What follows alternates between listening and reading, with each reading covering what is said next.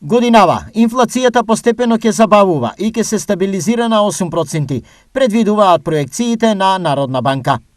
Најновата анкета на Европската централна банка за инфлацијските очекувања покажува дека кај краткорочните инфлацијски очекувања се уште има одредени нагорни поместувања, речиси кај сите економии, но позитивно е што долгорочните инфлацијски очекувања се главно стабилни.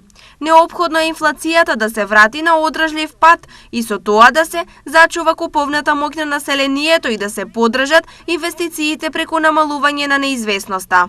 Истакна гувернерката Анита Ангеловска-Бежовска. Ризиците околу проекциите се нагорни и зависат од три клучни предпоставки.